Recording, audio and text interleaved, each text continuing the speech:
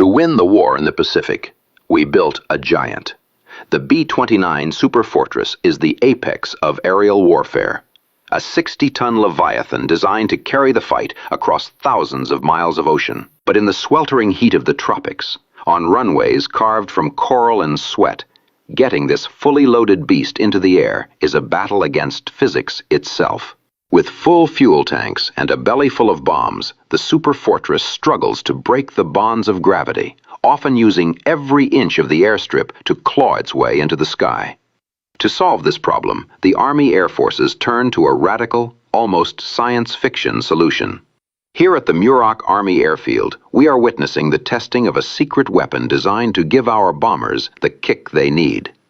It is officially known as R.A.T.O, or Rocket-Assisted Takeoff. There are no jets here. These are rockets, pure and simple. The military chose the word jet for J.A.T.O for a specific reason: psychology. They feared the word rocket would sound too volatile, too experimental for the pilots who have to strap into these machines. But volatile is exactly what this power is. Unlike the solid fuel boosters of the future, these early experiments rely on a dangerous liquid heart. The ground crews you see, encased in heavy rubber protective suits, are handling a chemical cocktail known as red fuming nitric acid, mixed with aniline. It is a hypergolic mixture, meaning it ignites instantly upon contact. It is a devil's brew that provides immense power, but demands absolute respect. A single drop can burn through clothing and skin in a heartbeat. The concept is audacious.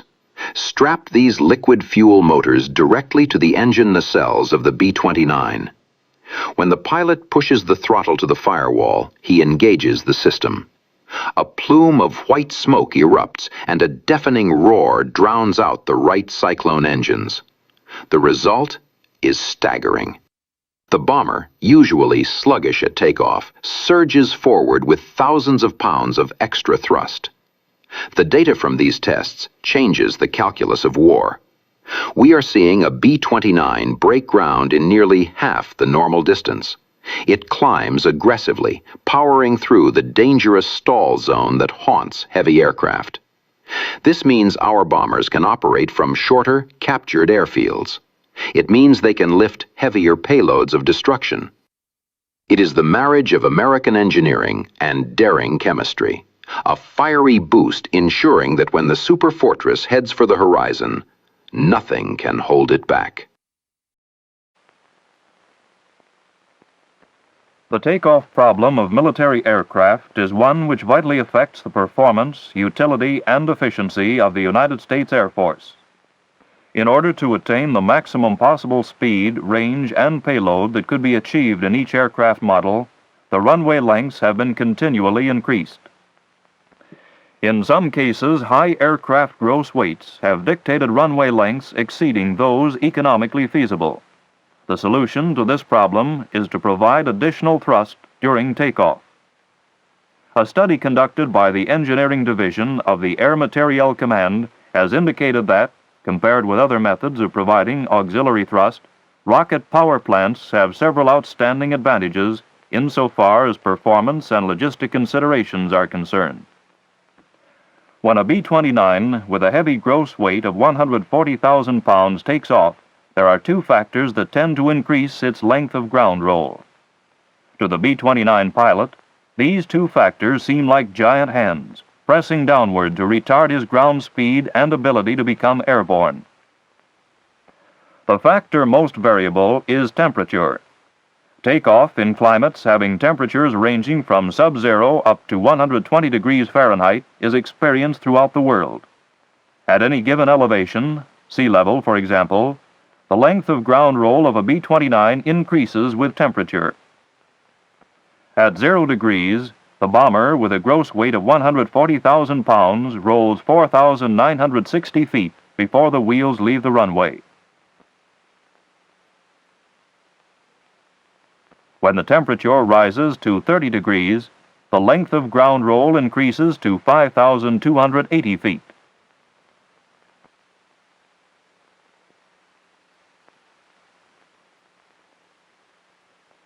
With the mercury registering 60 degrees, the distance grows to 5,600 feet before the aircraft becomes airborne.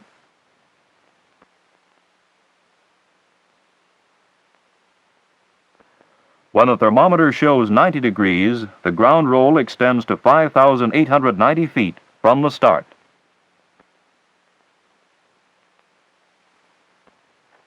Test data show that at 120 degrees, the heavy bomber will not become airborne in less than 6,220 feet. These figures on ground roll during takeoff are the results of the effective temperature only, and show that the higher the temperature, the longer the ground roll. Now for the other factor, elevation, starting with the runway at sea level. With ground roll distances as affected by temperatures established, any variance of runway elevations above sea level tends to further increase the length of ground roll.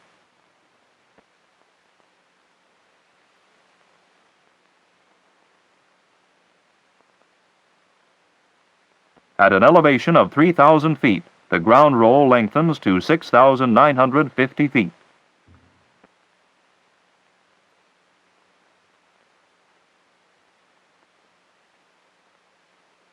At 5,000 feet elevation, the distance increases to 7,450 feet. These effects of temperature and elevation on the distance required for takeoff of heavier and heavier high-speed aircraft created a complex problem for engineers at the Power Plant Laboratory at Wright-Patterson Air Force Base. A specific requirement was to reduce the ground roll of the B-29 with a gross load of 140,000 pounds to one-half that normally required. Solution and necessary equipment were to be supplied as quickly as possible. Rocket power was the accepted solution. Urgency of the requirement, coupled with other performance requirements, indicated a modification and utilization of existing equipment. After due consideration of propellants and current designs, a power plant was designed that would produce, when used in multiples, sufficient added thrust to meet shorter ground roll requirements. Following the design and performance specifications stipulated by AMC power plant engineers, a contract was awarded to the Aerojet Engineering Corporation of Azusa, California, for manufacture of liquid propellant rocket power plants for use on bombardment-type military aircraft. This rocket power plant consists of 3 cylindrical tanks which contain pressure gas, fuel, and oxidizer respectively, a thrust chamber assembly, control panel, cowl, valves, and associated plumbing.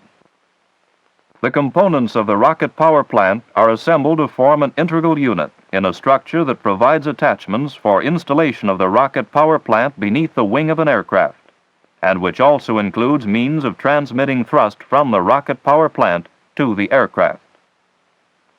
One of the first steps in production line assembly of the rocket power plant is the installation of the forward bulkhead on the air pressure tank.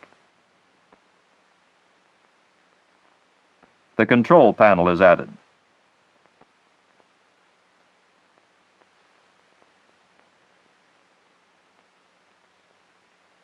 This panel is installed as an assembly with the lines connected and contains a pressure regulator valve, a pressure line valve, and the solenoid control valve. The pressure tank is rotated at this point to expose the bottom side of the control panel, and the following controls are identified: oxidizer tank vent valve, fuel tank vent valve, pressure regulator valve, pressure tank fill valve, pressure tank gauge, and the pressure line safety diaphragm. The thrust chamber assembly is next mounted on the power plant.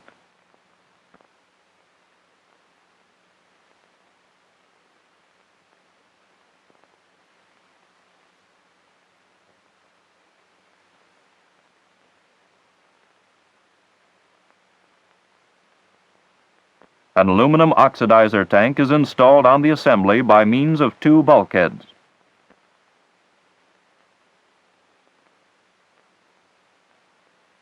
The fuel tank is then added.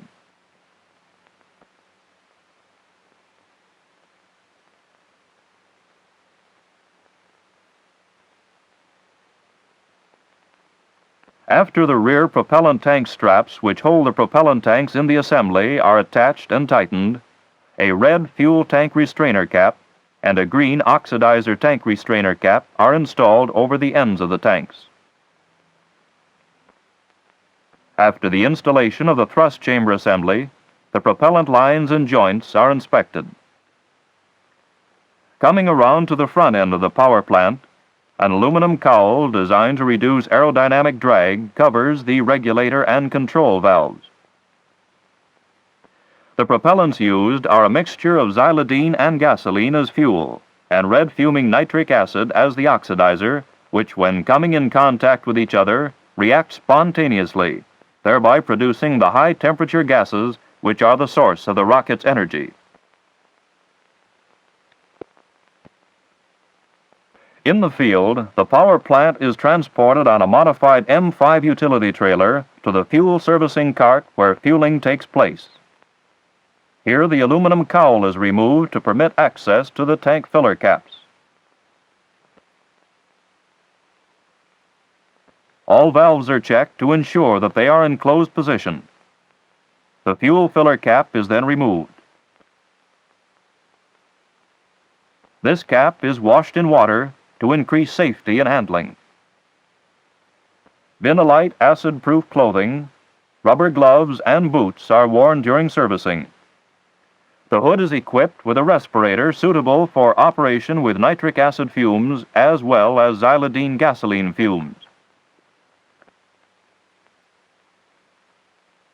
A flexible servicing hose is removed from the stored position on the fuel cart and the filling nozzle adjusted to the rocket fuel tank. A gasoline motor supplies power to the pump on the servicing trailer, and the amount of fuel delivered to the power plant is determined by a level indicator in the nozzle, which is controlled by a portable switch.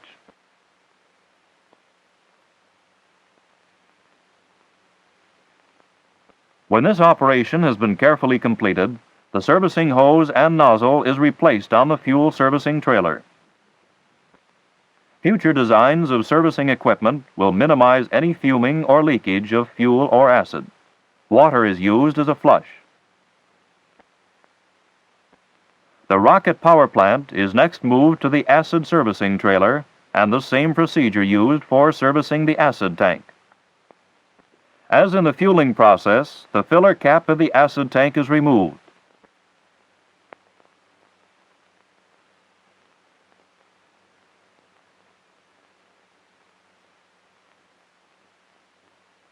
The hose is adjusted.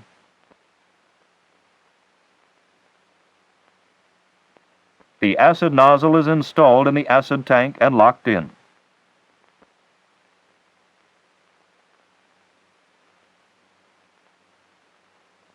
The servicing complete, the cowl is replaced and the completely serviced unit is moved to the test firing range.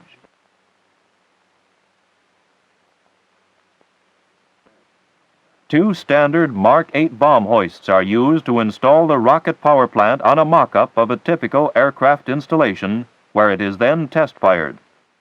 4 men can install a loaded unit in approximately 10 minutes. Attaching the high-pressure air hose is the last phase of servicing the power plant before firing.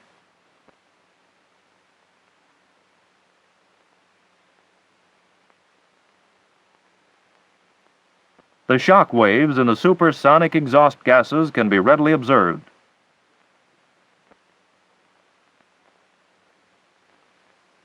The duration of firing is 45 seconds.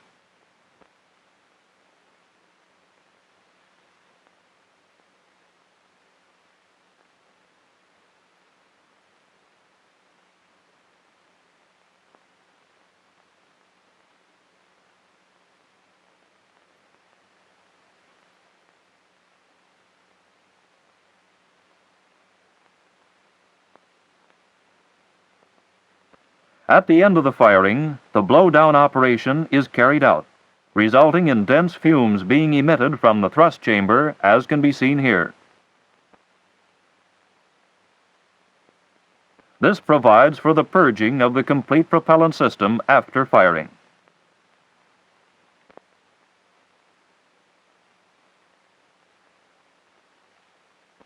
We now come to the actual installation of 4 rocket power plants under the wings of a B-29 at Muroc Air Force Base, California. The servicing procedures used here are similar to those already demonstrated in the mock-up test firing at the Aerojet range.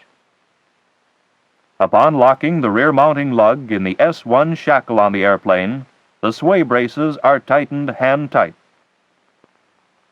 The power plant electrical control wire is then attached to the wing outlet with a quick disconnect fitting.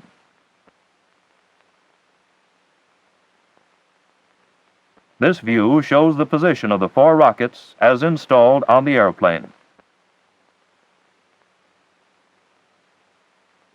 The 2 tank vent valves and the pressure tank fill valve are checked to ensure that they are properly closed prior to attaching the high-pressure airline. Then the high-pressure airline valve and the pressure tank fill valve are opened.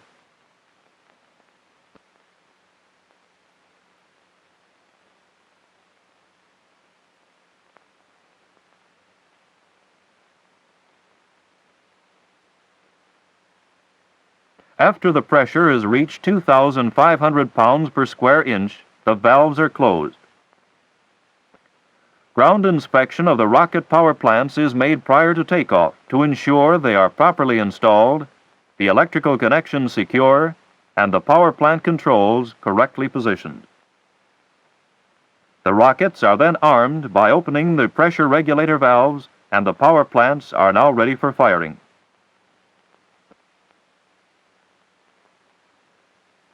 A ground crew specialist advises the pilot that the rockets have been armed. The main engines are started,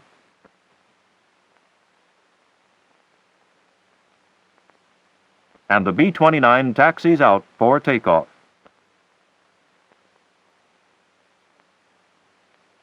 In this case, the rockets are turned on 10 seconds after the brakes are released. The B-29 gross weight on this takeoff was 148,000 pounds, including the weight of the loaded rockets, 2,000 pounds each. A 25-degree flap setting was used.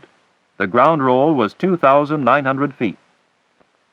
At Muroc Lake, where the runways are 2,280 feet above sea level, the temperature was recorded at 60 degrees Fahrenheit during takeoff performance tests of the B-29.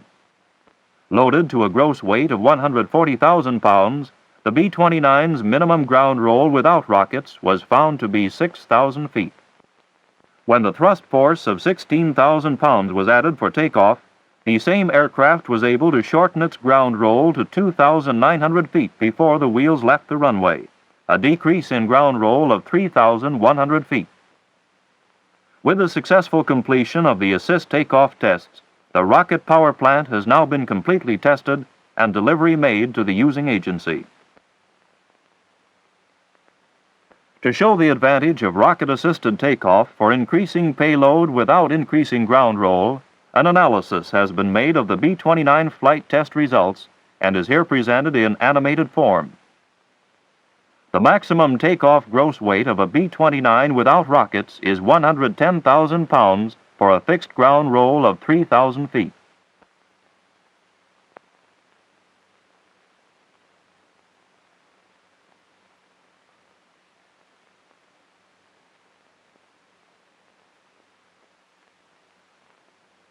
A B-29 loaded to a weight of 140,000 pounds, plus the addition of 4 rocket power plants, including propellants, weighing 2,000 pounds each and giving an additional thrust of 16,000 pounds, makes a gross weight of 148,000 pounds, which may be taken off in the same ground roll distance. This gives an increase in payload of 30,000 pounds, or 27%. But the assisted takeoff program is not complete. The problem has been solved for a single type of aircraft. Now, different propellants, turbine pumps, new materials, more efficient injectors, safety controls, and internal type installations all contribute to more efficient and economical assisted takeoff rocket power plants for other military aircraft.